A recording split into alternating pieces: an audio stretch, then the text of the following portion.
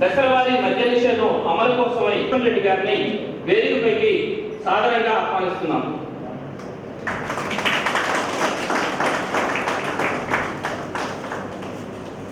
ఈ 26 మందికి ఇప్పుడు జిల్లా నుంచి ప్రతి జిల్లా నుంచి ఇద్దరు వచ్చారు. ఒక పైలట్, ఆ పైలట్ అనే వర్డ్ ఎందుకు ఇచ్చారండి? ఇది కూడా మన దివంగత నేత ముఖ్యమంత్రి రాజశేఖర రెడ్డి గారు వీళ్ళు ప్రాణాలు కాపాడుతారు.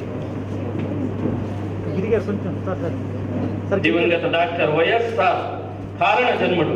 ఆయన చేసిన పథకాలు కార్యక్రమాలు ప్రజల గుండెలో నిలిచిపోయాయని మనందరం అంజలి ఘటిద్దాం. ఉమ్మడి ఆంధ్రప్రదేశ్కు ముఖ్యమంత్రిగా పనిచేసిన వైఎస్ రాజశేఖర రెడ్డి గారు 5 ఏళ్ల 3 నెలల పాలనలో 100 ఏళ్లకు సరిపడా విజయాలు సాధించారు. అన్ని రంగాల్లోనూ తనదైన ముద్ర వేశారు. విజన్ ప్రకటించకున్నా అంతా సజావుగా సవ్యంగా ఉండేందుకు చర్యలు తీసుకున్నారు. విధి వక్రించకుండా ఉండి ఉంటే, హెలికాప్టర్ ప్రమాదంలో ఆయన మరణించకుండా ఉండి ఉంటే అభివృద్ధిలో మరింత ముందుకెళ్లి ఉండేవాళ్ళమని ఆయన సేవల్ని మనం స్మరించుకోవాల్సింది. 2 సెప్టెంబర్ 2009 ఒక్కసారిగా కలకలం. మహానేత ఇక లేడనే చేదు వార్త కోట్లాది మందిని శోకసంద్రంలో ఉంచింది. ప్రియతమ నేత లేడు అనే చేదు నిజాన్ని జీర్ణించుకోలేని జనం తల్లడిల్లిపోయారు. తమకు తమ కుటుంబ సభ్యులకు ఆయన చేసిన మేలును తలుచుకొని కుమిలిపోయారు. ఓ డాక్టర్, జనం మెచ్చిన leader doctor YS Rajasekhara Reddy గారికి ఘనంగా అంజలి ఘటిద్దాం.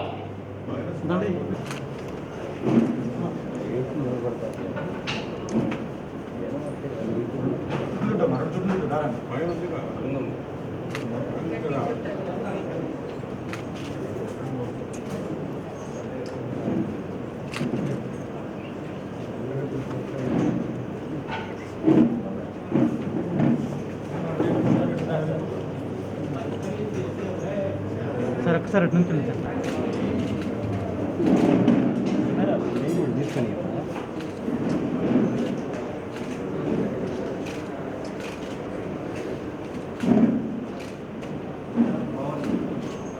అభిప్రాయం మాకు రావటం, వెంటనే 108 CEO స్వరూప్ గారితో మాట్లాడితే వారు ఎంతో ఆనందంగా ఆ ఎంపిక చేసే ప్రక్రియ మేము తీసుకుంటాం, మాకు మా జిల్లా స్థాయిలో అధికారులు ఉన్నారు కాబట్టి వారిని అడిగి ఎవరైతే నిజాయితీగా పనిచేశారో, ఎవరైతే సిన్సియర్గా పనిచేశారో, ఎవరైతే ప్రాణాన్ని కాపాడటంలో అహర్నిశలు కృషి చేశారో అలాంటి వారు మేము ఎంపిక చేస్తామని చెప్పారు.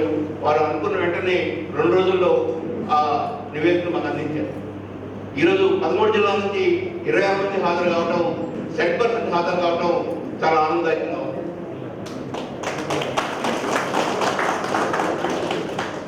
ఎవరి చేత వీరిని సత్కరిస్తే బాగుంటుంది, ఎవరి ద్వారా అభినందనలు అందిస్తే బాగుంటుందని ఆలోచిస్తే ఆంధ్రప్రదేశ్లో 4 దశాబ్దాలకు పైగా నిజాయితీకి మారుపేరుగా ఉండి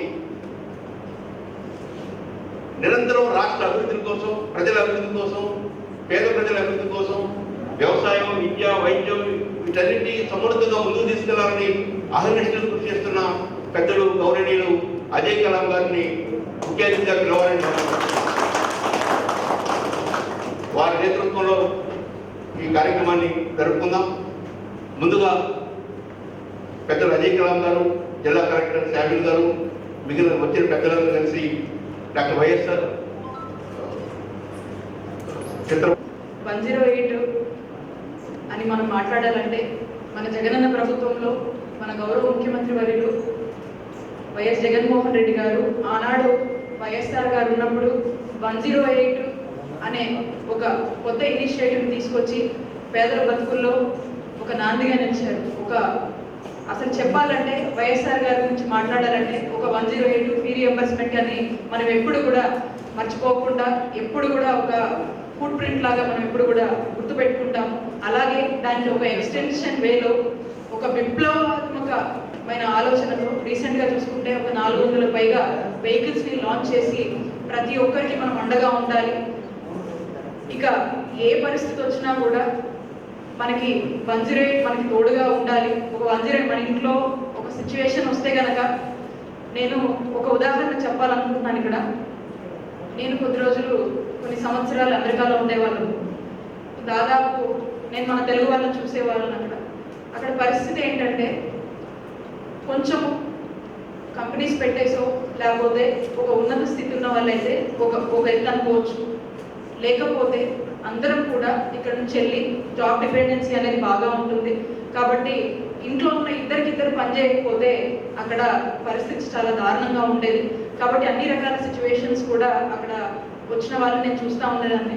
మాస్టర్స్ చదువుకోవడానికి వచ్చేవాళ్ళు ఇంకా అక్కడే మ్యారేజ్ అయిపోయి సెటిల్ అయిపోయారు అని చూసాను. కాబట్టి రకరకాల టైంలో వాళ్ళ జాబ్కి వెళ్తే ఇంట్లో ఒకవేళ వాళ్ళ వైఫ్ కానీ ఒక క్యారీ ఉమెన్ కావచ్చు లేదా ఇంకేదైనా అనుకోని పరిస్థితి కనుక ఎదురైతే హాస్పిటల్కి వెళ్ళాలంటే సిచ్యువేషన్స్ చాలా దారుణంగా ఉండేది. ఎందుకంటే ఆ టైంకి మన చుట్టుపక్కల నైబర్స్ అంతా కూడా మనకి అన్నోన్ పీపుల్ ఉండేవాళ్ళు. నిజంగా ఒక స్ట్రేంజ్ ఎన్వైరన్మెంట్లో మనం ఉండి మన లైఫ్ కోసం సర్వైవల్ కోసం చేస్తూ ఉండేవాళ్ళం. కాబట్టి ఆ పరిస్థితుల్లో అక్కడ ఏం హెల్ప్ అవుతుంది ఇలాంటి ఎమర్జెన్సీ అంటే 911 అనే ఒక ఎమర్జెన్సీ నెంబర్ వల్ల పారామెడిక్స్ వచ్చి మనకి కావాల్సిన చోటకి మనం తీసుకువెళ్ళి ఆ టైంకి ఎమర్జెన్సీగా ఆదుకొని మన ప్రాణాలను కాపాడడానికి వచ్చేది. నిజంగా చాలా ఫెంటాస్టిక్గా ఉండేది ఆ సిస్టమ్. ఇప్పుడు అది ఎందుకు అంటున్నానంటే ఈ రోజు చూసుకుంటే మన ఇండియాలో కూడా 108 అనే సర్వీసు ఎంత గొప్పదంటే నిజంగా ఇంట్లో వాళ్ళు ఆ టైంకి లేకపోతే మన ఇంట్లో పెద్దవాళ్ళు కావచ్చు మనం కావచ్చు ప్లాన్డ్గా ఉంటే సరే అన్ప్లాన్డ్ థింగ్స్ ఒక డెలివరీ లాంటివి అన్ప్లాన్డ్గా ఏదైనా కాంప్లికేషన్స్ వచ్చినప్పుడు తీసుకువెళ్ళాలంటే ఖచ్చితంగా మనకి గుర్తొచ్చేది ఆనాడు వైఎస్ఆర్ గారు పెట్టిన 108. ఈరోజు జగన్ అన్న దాన్ని విప్లవంగా ప్రతి ఒక్క మండలంలో కూడా ఉండేటట్టుగా ఈరోజు ప్లాన్ చేసి తీసుకొచ్చిన వారు. కాబట్టి మనకి ఈరోజు కళ్ళు మూసుకొని ఇంట్లో మన తోటి వాళ్ళు ఉన్నా లేకపోయినా 108 ఉంది కదా మాకేం ఇబ్బంది లేదు. కాబట్టి అటువంటి పరిస్థితులు ఏదైతే ధైర్యంగా అమెరికా వాళ్ళు మాట్లాడే వాళ్ళు ఈరోజు మన ఇండియాలో మన ఆంధ్రప్రదేశ్లో మన జగనన్న వల్ల మనం అందరం కూడా మాట్లాడే పరిస్థితిలో ఉన్నామని చెప్పి ఒక మహిళగా నేను ఇది గర్వంగా చెప్పాలనుకుంటున్నాను. కాబట్టి ఇది స్టార్ట్ చేసిన 108 ఇప్పుడు 31 స్టేట్స్ అండ్ యూనియన్ టెరిటరీస్ లో సర్వీసెస్ అందిస్తుంది. యాక్చువల్గా 108 అంటే ఆంధ్రప్రదేశ్ ఒక్క దాంట్లోనే కాదు బెనిఫిట్ పొందుతుంది. 108 ఆ రోజు స్టార్ట్ చేయడం వల్ల 15th August 2005లో స్టార్ట్ చేయడం వల్ల ఈ రోజు 31 స్టేట్స్ లో దాన్ని ఇంప్లిమెంట్ చేశారు. మొత్తం అన్ని యూనియన్ టెరిటరీస్ లో ఇంప్లిమెంట్ చేశారు. ఈ 108 నెంబర్ అన్ని స్టేట్స్ లో యూజ్ చేస్తున్నారు. అన్ని స్టేట్స్ లో పబ్లిక్ బెనిఫిట్ పొందుతున్నారు. ఆ రోజు గ్రేట్ లీడర్ దాన్ని ఇంట్రడ్యూస్ చేయడం వల్ల మొత్తం టోటల్ త్రూ అవుట్ ఇండియాలో దాని సర్వీసెస్ ఇంప్లిమెంట్ చేయగలిగింది different states. World wide recognition కూడా వచ్చింది.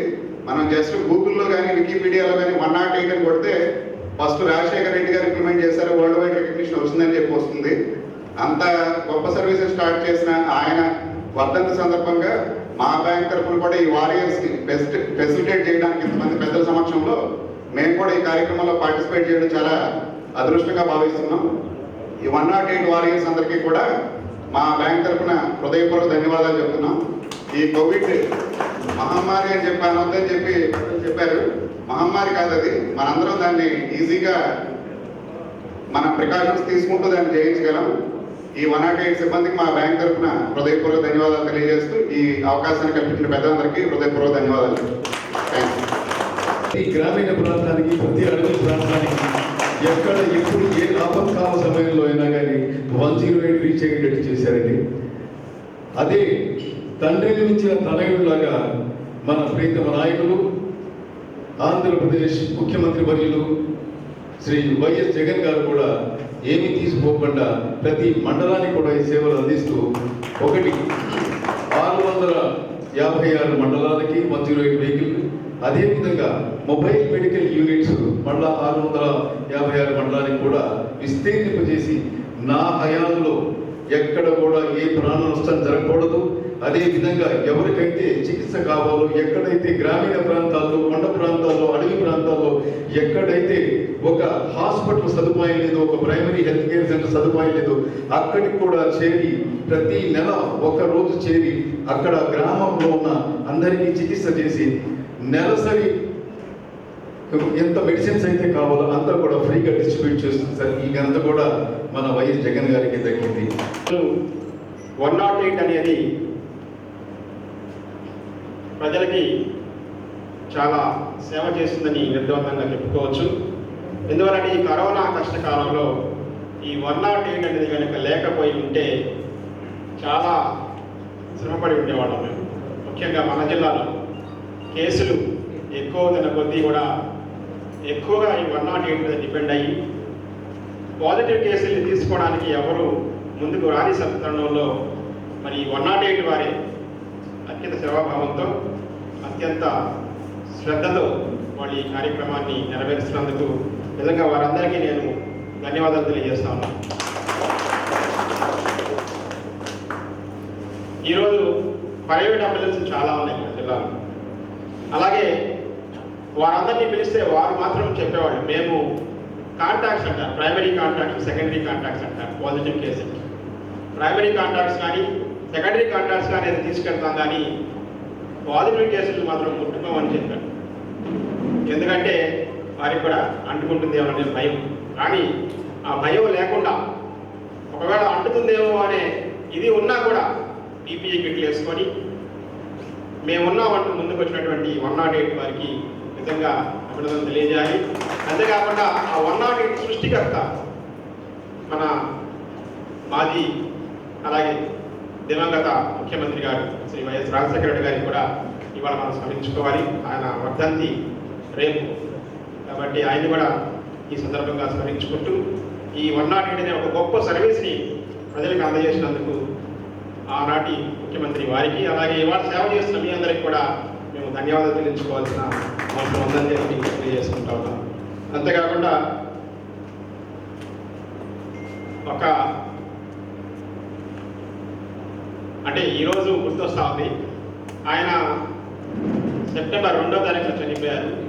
అంతకంటే ముందు ఆగస్టు 24వ తారీఖున నేను అప్పుడు PO ITDA ఉన్నాను సార్ గుంటూరులో, అక్కడికి వచ్చారు. అది ఎందుకు వచ్చారంటే ఈ గిరిజనులు ఎన్నో సంవత్సరాల నుంచి కొన్ని దశాబ్దాల నుంచి ఈ అటవీ భూములు సాగు చేసుకుంటా ఉన్నారు. దానికోసం ఒక చట్టం తీసుకొచ్చారు అప్పట్లో ప్రభుత్వం. అటవీ భూములు సాగు చేసుకునే గిరిజనులందరికీ కూడా సర్వే చేసి పట్టాలు ఇవ్వమని చెప్పి మా గుంటూరులో అందరికంటే ఎక్కువగా 1,34,000 మంది గిరిజనులకి దాదాపు 32,000 ఎకరాలు మేము సర్వే చేసి పట్టాలు రెడీ చేసాం. జూలై 8న వారు యాక్చువల్గా వారి జన్మదినం సందర్భంగా క్యాంప్ ఆఫీస్ హైదరాబాద్ క్యాంప్ ఆఫీస్లో స్టార్ట్ చేశారు. అందులో మా ఉట్టూరు నుంచి కూడా కొంతమంది పంపించాం. అప్పుడు తెలుసుకున్నారట ఎక్కువగా ఇచ్చింది ఉట్టూరు ITDA అని చెప్పి కార్యక్రమం పెద్ద ఎత్తున ప్రారంభించడం కోసం ఉట్టూరుకు వచ్చారు సార్. ఆగస్టు 24 ఆ రోజు నాకు బాగా గుర్తు. సో వారు ఆ రోజు చాలామందికి గిరిజనులకి పట్టాలు పంపిణీ చేశారు. సో అది అయిపోయిన తర్వాత ఒక 1 వీక్కే ఇలా జరగడం అనేది చాలా దురదృష్టకరమైనటువంటి విషయం. మరి వారిని ఒకసారి మళ్ళీ ఈరోజు స్మరించుకుంటూ వారు ప్రజలకు చేసిన సేవల్ని ఎప్పటికీ మర్చిపోలేని విధంగా వారు సేవ చేశారు కాబట్టి వారు ఒకసారి స్మరించుకుంటూ వారికి ఘనమైన నివాళులు అర్పించడం మన కర్తవ్యంగా భావించాలని చెప్పి మీ అందరికీ కూడా తెలియజేసుకుంటూ మరి నాకు ఈరోజు ఈ 108 గురించి అలాగే మన దివంగత ముఖ్యమంత్రి గారు రాజశేఖర రెడ్డి గారిని స్మరించుకునే అవకాశం లభింపజేసినందుకు మరొకసారి ఆగ్రహించినందుకు ధన్యవాదాలు తెలియజేస్తూ సెలవు తీసుకున్నాను. Thank you. నాయకుడి వర్ధంతి సందర్భంగా ఈ రోజున చక్కటి కార్యక్రమం ఏర్పాటు చేసినందుకు ముందుగా లక్ష్మీరెడ్డి గారికి కృతజ్ఞతలు. ఎందుకంటే సమాజంలో నిజమైనటువంటి సేవ చేసే వాళ్ళని మనం అభినందిస్తే గుర్తిస్తేనే మనం నిజమైనటువంటి సేవ చేసిన వాళ్ళం న్యాయం చేసిన వాళ్ళం అవుతాం. ఊరిక పబ్లిసిటీ కోసం ఏదో చేయకుండా అలాగా ఈ కార్యక్రమానికి నిజంగా సక్సెస్ చేస్తున్నటువంటి విజయం చేస్తున్నటువంటి యోధుల్ని గుర్తించి ఈరోజు ఈ కార్యక్రమం ఏర్పాటు చేయడం చాలా సంతోషం. 1997లో చాలామందికి మీకు గుర్తుందో గుర్తు లేదో నాకు తెలియదు, ఈ రాష్ట్రంలో 7,000 మంది రైతులు ఆత్మహత్య చేసుకున్నారు. 97లో 98లో నేను అదే 97-98లో నేను కమిషనర్ ఆఫ్ అగ్రికల్చర్ అయినా అప్పుడే ఈ 7,000 మంది ఆత్మహత్యలు చేసుకున్నారు. అంతకుముందు క్రాప్ ఇయర్ ఎక్కడ చూసినా కూడా కల్తీ పురుగు మందులు, కల్తీ విత్తనాలు అని చెప్పి పేపర్ నిండా రాయడం, పెద్దలు మాట్లాడటం తప్పితే నిజమైనటువంటి కారణం వెంటనే గుర్తించలేకపోయారు. సో ఆ రోజు మేము చేయగలిగింది కొంచెం గట్టిగా ఈ కల్తీ పురుగు మందులు అవన్నీ కంట్రోల్ చేయడం జరిగింది. దాదాపు 300 కంపెనీలు ఉంటే నా టైంలో వాటిని 150 కంపెనీలకి తగ్గించడం జరిగింది ఆ కల్తీలన్నీ పంపించి. అయితే అసలు ఎందుకు వీళ్ళు ఆత్మహత్య చేసుకుంటున్నారు అని చెప్పి జనదుస్సరి గారు సెక్రటరీ, నేను కమిషన్ ఉండేవారు, డేటా తీసుకున్నాడు. ఎక్కువ వరంగల్ జిల్లాలో, కరీంనగర్ జిల్లా ఆ ప్రాంతంలో, ఆదిలాబాద్ తర్వాత గుంటూరు జిల్లాల్లో ఆత్మహత్యలు చేసుకున్నాను. ఒకసారి డేటా అనాలిసిస్ చేసినాం. అసలు ఏమిటి ఈ రైతు ఆత్మహత్య చేసుకున్న రైతుకు పొలం ఎంత ఉంది, అప్పు ఎంత ఉన్నది, ఏ పంట వేసినాడు, ఈ అప్పు ఎందుకు చేశాడు అని చెప్పి ఒకసారి అనాలిసిస్ చేయడం జరిగింది.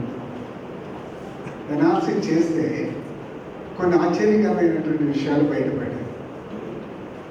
ఈ ఆత్మహత్య చేసుకున్న వాళ్ళలో 98% పంట పోయి ఆత్మహత్య చేసుకోలేదు.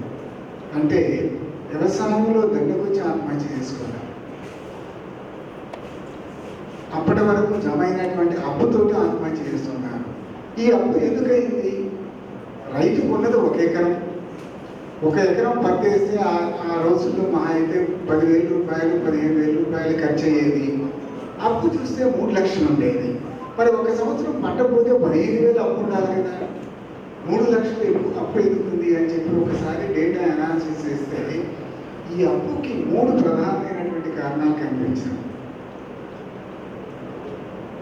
ఒకటి, చాలా కేసుల్లో హాస్పిటల్ ఖర్చులు. ఎవరికో ఒకరికి ఇంట్లో ఎమర్జెన్సీ వచ్చేది, హాస్పిటల్కి వెళ్తే 1,00,000, 2,00,000 రూపాయలు వసూలు చేసేవారు. ఈ ఒక ఎకరం ఉన్నటువంటి రైతు ఎన్ని సంవత్సరాలు పంట పండిస్తే 2 లక్షలు అప్పు తీర్చగలరు? ఎంత ఆదాయం వస్తుంది? రెండోది విద్య. ప్రతి ఒక్కళ్ళు కూడా మనం కాలేజీలో చదివించుకోవాలి అంటూ ఎక్కడో ఒక చోట సీట్ వచ్చేది. అప్పటికే విద్య అంతా కూడా చాలా వరకు ప్రైవేట్ పరం అయిపోయింది. మనం అంటూ ఉంటాం ఈ దేశంలో ప్రైవేట్ అంటే ఒక విధంగా పబ్లిక్ కాస్ట్, ప్రైవేట్ ప్రాఫిట్ అని. అంటే ఏ కాలేజీ తీసుకున్న పెద్ద కాలేజీలు తెచ్చేది అప్పు, 10% పెట్టుబడి, 90% మళ్ళీ పబ్లిక్ సొమ్మే. అప్పు అంటే ఎక్కడ మన బ్యాంకులో తెచ్చేది పబ్లిక్ సొమ్మే కదా. మన సొమ్ముతోటి ఒక హాస్పిటల్లో, ఒక కాలేజీలో పెట్టి వచ్చే లాభాలన్నీ కూడా వాళ్ళు గడిస్తూ ఉంటారు. ఆ విధంగా ఫీజులు. సో ప్రతి ఒక్కళ్ళు నా కొడుకును కూతురును బాగా చదివించుకోవాలని చెప్పి 30,000 నుంచి 1,00,000 రూపాయలు, 2 లక్షల రూపాయలు, అదే మెడికల్ కాలేజీ అయితే 10 లక్షలు, 20 లక్షల అప్పులు. మూడవది ఇందాక లక్ష్మీరెడ్డి గారు చెప్పారు, కారణం మేజర్. ప్రతి ఒక్కళ్ళు ముఖ్యంగా ఈ ప్రాంతాల్లో, పత్తి పండించే ప్రాంతాల్లో ఇరిగేషన్ లేని చోట్ల బోర్లు తవ్వటం. ఒక్కొక్క బోరుకు ఆ రోజుల్లోనే 1,00,000 రూపాయలు ఖర్చు, బోరు మోటార్ ఇవన్నీ కలిపి. మళ్ళీ 2 సంవత్సరాలు అయ్యేదానికి బోరు ఎండిపోతూ ఉంటుంది. మళ్ళీ ఇంకొక బోరు కోసం మళ్ళీ అప్పులు చేయటం, లేదా మోటార్కి ఒకసారి రిపేర్ వస్తే 1 సంవత్సరం 1 ఎకరంలో వచ్చే పంట అంతా కూడా రిపేర్గా సరిపోయేది. సో ఈ 3 ప్రధానమైనటువంటి కారణాలుగా కనిపించి తరువాత పాదయాత్ర చేసి, తర్వాత తిరుపతిలో పాదయాత్ర క్లోజ్ చేసినప్పుడు అప్పుడు నేను అగ్రికల్చర్ నుంచి అక్కడ వెళ్ళాను. తిరుపతిలో ఈవోగా ఉన్నాను, రిసీవ్ చేసుకున్నాను. అప్పుడు రాజశేఖర రెడ్డి గారు ప్రైవేట్గా డిస్కస్ చేస్తున్నవాడు, అసలు ఏంటి పరిస్థితి ఏమిటి అని. వారికి అవగాహన ఉంది.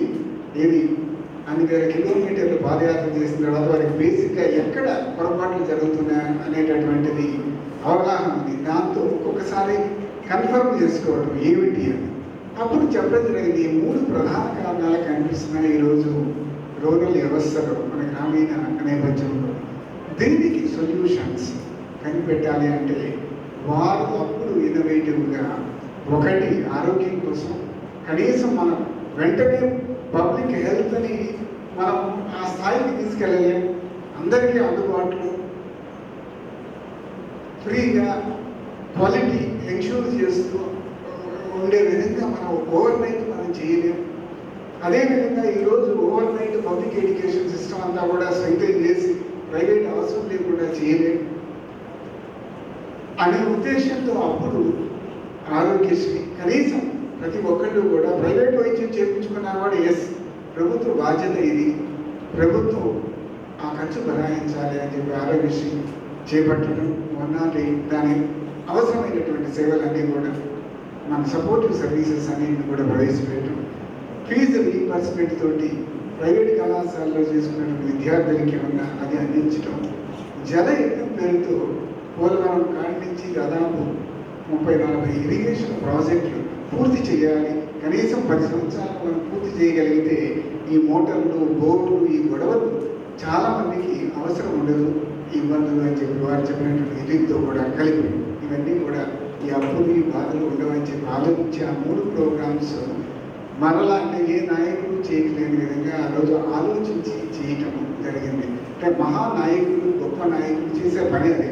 ముందు ఆ పరిమితి, ఆ అనుభవంతో ముందు అసలు సమస్య ఏంటి అని అర్థం చేసుకోవడం, ప్రజలకు సమస్య ఏంటి అర్థం చేసుకోవడం, దానికి ఏ విధంగా మనం పరిష్కారం చేస్తే పర్మనెంట్గా ఆ సమస్య పరిష్కారం అవుతుందని చెప్పి ఆలోచించటం వారు ఒకటి ఆ గొప్పతనం.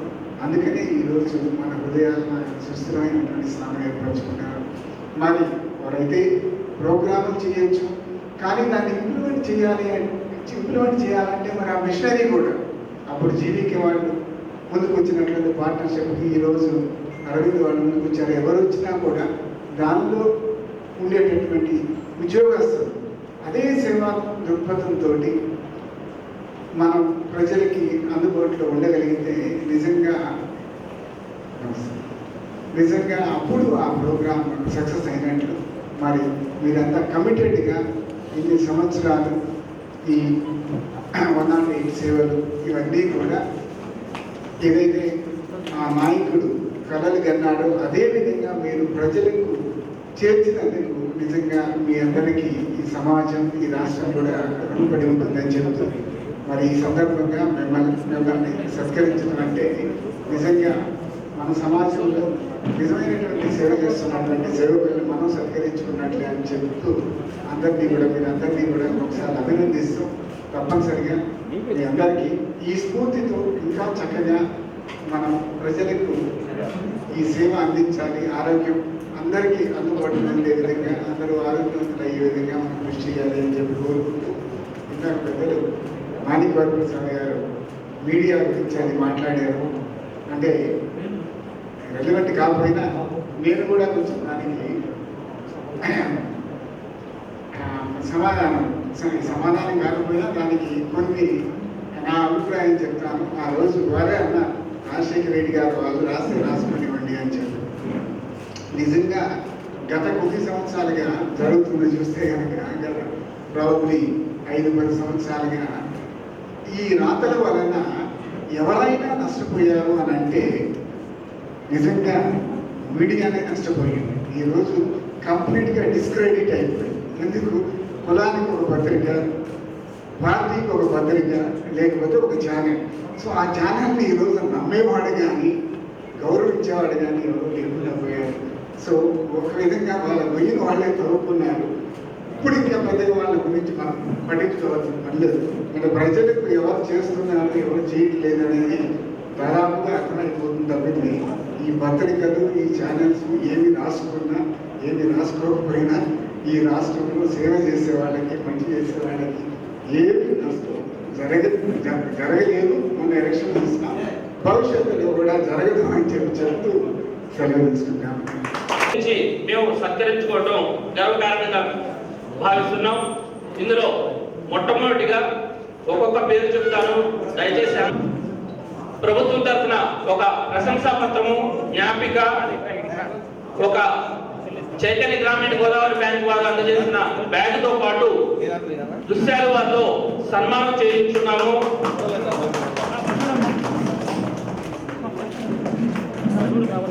తర్వాత విశాఖపట్నం జిల్లా నర్సీపట్నం తర్వాత శ్రీకాకుళం జిల్లా లావేరు సెగ్మెంట్ ఎస్ నాగభూషణ్ రావు గారు ఈఎంటీ.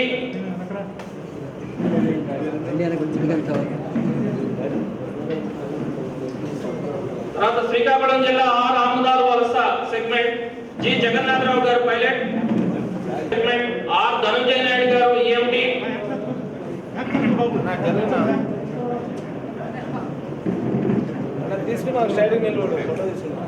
తర్వాత విజయనగరం జిల్లా కోసుపాటి రేఖ సెగ్మెంట్ ఎం కోటేశ్వరరావు గారు పైలట్.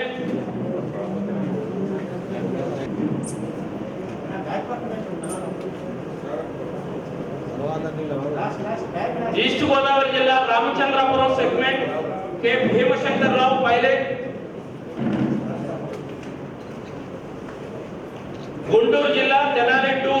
డిఎల్ శ్రీనివాస్ గారు పైలట్.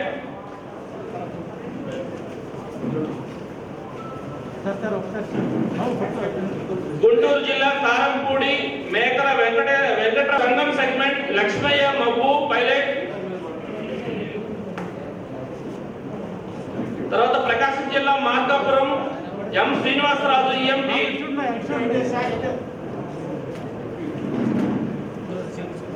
ప్రకాశం జిల్లా ఒంగోలు సెగ్మెంట్ కె భాస్కర్ రావు గారు పైలట్.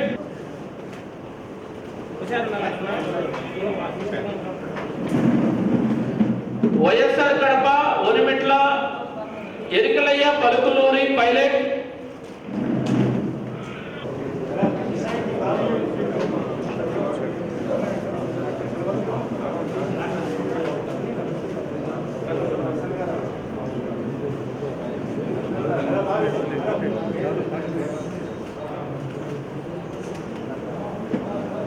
మొట్టమొదటి చెప్పగానే మొత్తం ఆర్గనైజింగ్ చేసిన గుంటూరు ఈఎండి షేక్ హసన్ గారిని కూడా సత్కరించవలసిందిగా కోరుతున్నాం. తను ఒక వ్యక్తి తన కష్టార్జిత తన డాక్టర్గా సంపాదించుకునే డబ్బులో చాలా సామాన్యుడు. తర్వాత వెస్ట్ గోదావరి జిల్లా ఏలూరు సెగ్మెంట్ గొర్రె వెంకట నరహరి గారు పైలట్.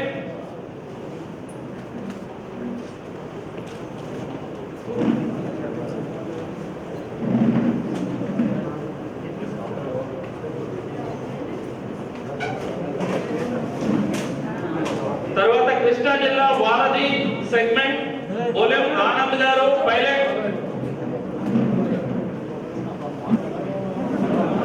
అనంతపురం జిల్లా పెనుగొండ సెగ్మెంట్ డి దాదాబాషా గారు ఈఎండి.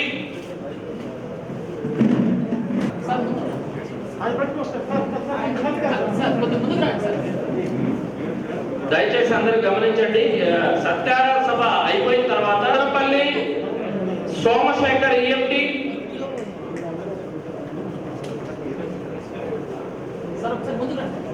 కర్నూలు జిల్లా మహానంది సెగ్మెంట్ డి జీవన్ గారు ఈఎంటీ. ప్రకాశం జిల్లా టంగుటూరు సెగ్మెంట్ దర్గా మస్తాన్ వలి గారు ఈఎంటీ.